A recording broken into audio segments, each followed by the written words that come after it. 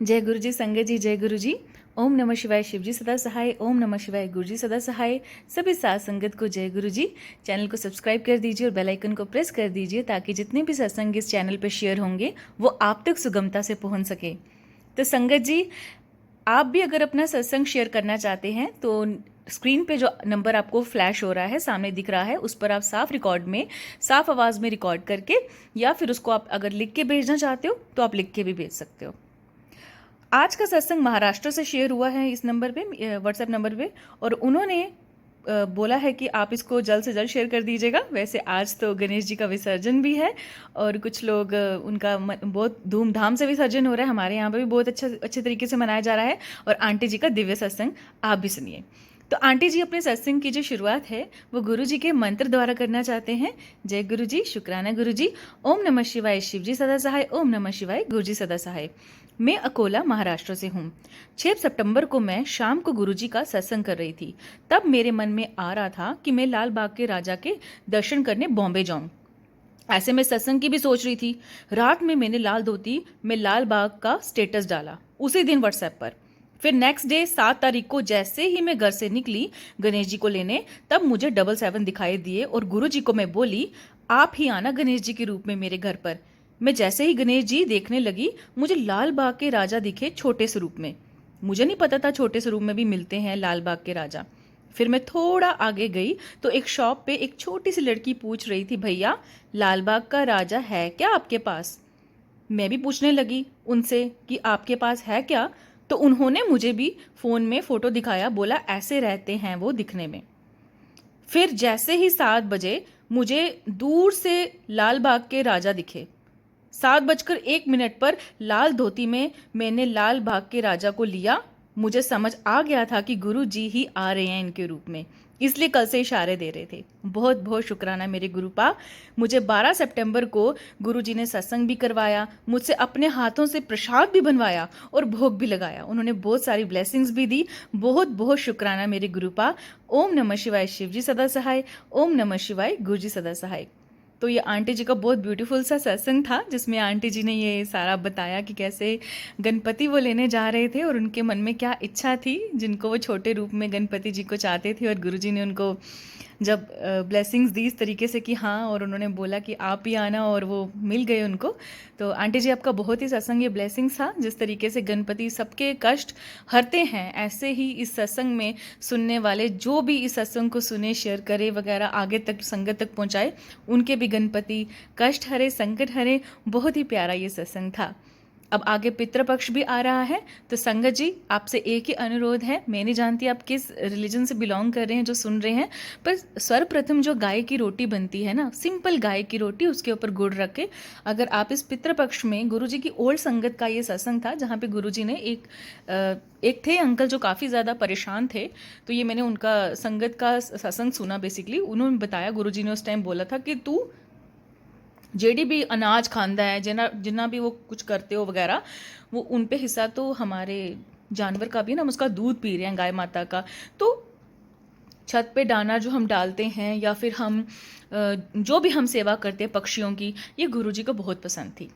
और साथ ही साथ में उन्होंने भी, और बहुत सारे संगतों से मैंने ये सुना है कि हाँ, वो ये रोटी के लिए बोलते थे, गौ सेवा के लिए बोलते थे, अच्छे काम करने के लिए वो हमेशा प्रेरित करते थे। तो संगत जी, आगे फिर माता रानी के नवरात्रे आ रहे हैं और फिर नवरात्रों में भी हम गुरु जी का स्वागत करेंगे माता रानी के साथ। वो माता रानी को लेके हमारे घर में आएंगे और फिर हम जश्न से पूरा वो नवरात्रों का त्यौहार भी मनाएंगे।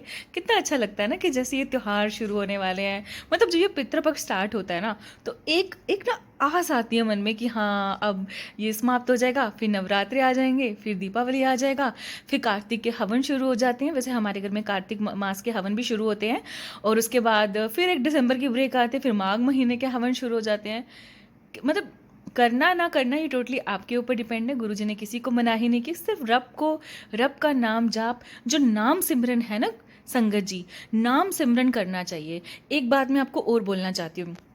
बहुत से लोगों ने, मैं यूट्यूब पे देख रही थी कि गुरुजी को बहुत ऐसे बोल दिया है कि नहीं, ये देखो अपने आप को शिव जी बोलते हैं, ये अपने आप को गुरु नानक बोलते हैं। तो संगत जी, आप तक मैं एक यही मैसेज पहुंचाना चाहती हूँ। गुरु जी ने मेडिटेशन करके या तपस्या करके महाशिव को प्राप्त किया। और आपको पता है गुरुजी सरदार थे। सर्वप्रथम तो उन्होंने अपने गुरु का दिल जीता। कितनी बारी उन्होंने उस नाम जाप को अपने मन में धार के उसका इतना करोड़ों टाइम उसका नाम जाप किया होगा कि हमारे बाबा नानक जी उनसे प्रसन्न होके उनको सर्वप्रथम लोक में ले गए, जहाँ पे उनको शिव जी के दर्शन हुए। और यही चीज़ है जो बेसिकली जुड़ती है, कड़ियाँ जुड़ती हैं, संगत सुनाती है, ओल्ड संगत बताती है। और यही बात है, गुरुजी ने ये ज़रूर बोला है कि सामने बैठ, सामने देख, तेरे सामने रब है, क्योंकि हमारा गुरु ही उस ईश्वर से जोड़ने की एक कड़ी होती है। क्या आप लोग टीचर, अगर टीचर है, हम जाते हैं टीचर से पढ़ते हैं, फिर हम एक डिग्री लेते हैं, डॉक्टर बनते हैं, हम कहाँ तक पहुँचते हैं?